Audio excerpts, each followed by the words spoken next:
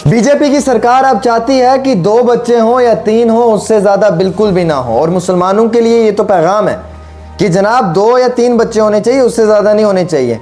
और बीजेपी की सरकार के लोग ये कहते हैं कि हमें मुसलमानों के वोट्स की बिल्कुल भी ज़रूरत नहीं है आते 10 सालों तक। और ये स्टेटमेंट जो है ये आसाम के चीफ मिनिस्टर ने दे दिया, जो बीजेपी के हैं।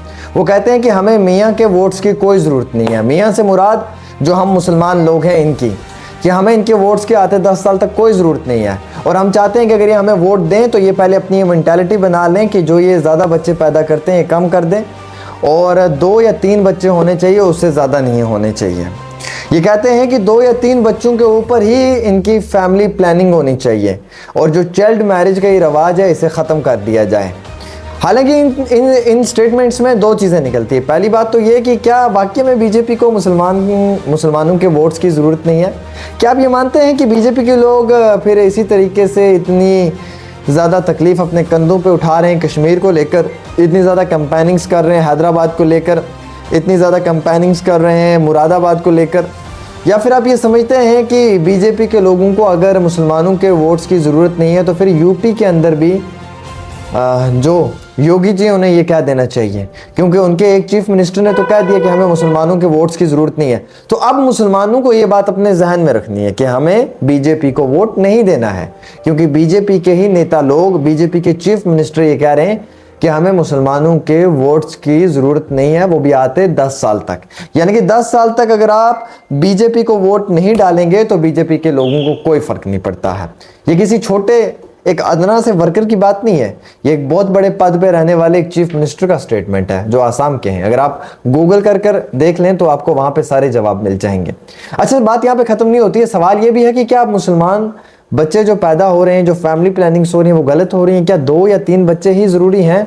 नहीं मियाँ, 5-6 भी हो सकते हैं यार, 10-12 भी हो सकते हैं। जिसकी जितनी मर्जी वो उतने बच्चे पैदा करेगा, क्योंकि हर इंसान का अपना एक जीने का अंदाज होता है। फैमिली प्लानिंग एक अलग चीज़ होती है, लेकिन जिसके नसीब में 3 से ज़्यादा बच्चे लिखे होंगे तो क्या वो अपने बच्चों को घर से निकाल दे, या वो फिर ये कह दे कि ये बच्चे मेरे नहीं हैं? तो यानी कि ये बीजेपी की आइडियोलॉजी क्या है, मुझे ये समझ नहीं आ रही है। पहले तो ये कहते हैं कि हमें मुसलमानों के वोट्स की ज़रूरत नहीं है, एक तरफ पूरे देश में प्रचार करते हैं। वज़ीर आज़म नरेंद्र मोदी लाल किले से कहते हैं कि मुसलमानों के साथ इंसाफ होगा, मुसलमानों को रिजर्वेशंस दी जाएंगी, मुसलमानों के हकूकों के ऊपर डाका नहीं डाला जाएगा और मुसलमानों को एम्पावर किया जाएगा। और कई सारे मुसलमान राज्यसभा में भी हैं और लोकसभा में भी हैं। लेकिन अब ये कहा जा रहा है कि मुसलमानों के वोट्स की ज़रूरत नहीं है, यानी कि साफ क्लियर ये उनका मुतालबा है कि आते 10 साल तक हमें मुसलमानों के वोट्स नहीं चाहिए। यानी कि 2024 के इलेक्शन में बीजेपी को मुसलमानों के वोट्स की ज़रूरत नहीं है। वेरी क्लियर यहाँ से। और दूसरी सबसे बड़ी इंपॉर्टेंट बात है कि एक स्टेटमेंट नहीं है, एक बहुत बड़ी बात है।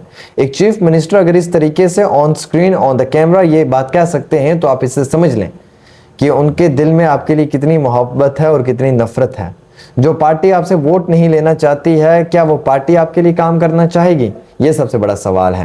वैसे सिर्फ बात यहाँ पर ख़त्म नहीं होती है, बड़ा सवाल तो ये भी है कि ठीक है मियाँ, चाइल्ड मैरिज की बात आप करते हैं कि बच्चों की चाइल्ड मैरिज नहीं होनी चाहिए, छोटी उम्र में शादियाँ नहीं होनी चाहिए, उन्हें लिखने और पढ़ने का मौका देना चाहिए। इस चीज़ से मैं भी इत्तेफाक रखता हूँ कि बिल्कुल मिलना चाहिए। हमारी छोटी छोटी बच्चियाँ हैं, उन्हें मौका मिलना चाहिए, वो लिख पढ़ कर जो है वो काफ़ी अच्छी तालीम हासिल करके एक अच्छी इंसान बने। हमारे बच्चों को भी मौका मिलना चाहिए। लेकिन ये ज़रूरी है कि 2 ही बच्चे होने चाहिए, तीसरा नहीं होना चाहिए? ये ज़रूरी है कि 3 बच्चे होंगे, चौथा नहीं होना चाहिए?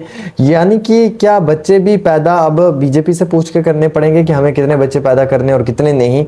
ये भी एक बहुत बड़ा इंपॉर्टेंट सवाल है। तो जवाब आप लोगों को देना पड़ता है। मैं हर बार अपनी ऑडियंस पर छोड़ देता हूँ, क्या ये स्टेटमेंट सही है या गलत है? क्या उन्होंने ये जो कहा कि 2 बच्चे या 3 बच्चे, इससे ज़्यादा नहीं होने चाहिए, क्या आप ये इत्तेफाक रखते हैं कि सिर्फ 3 ही बच्चे होने चाहिए, उससे ज़्यादा नहीं पैदा होने चाहिए? ये सारे जवाब आपको देने होंगे। ये सवाल मेरा आप सब लोगों से है और आप सब लोगों को जवाब देना है।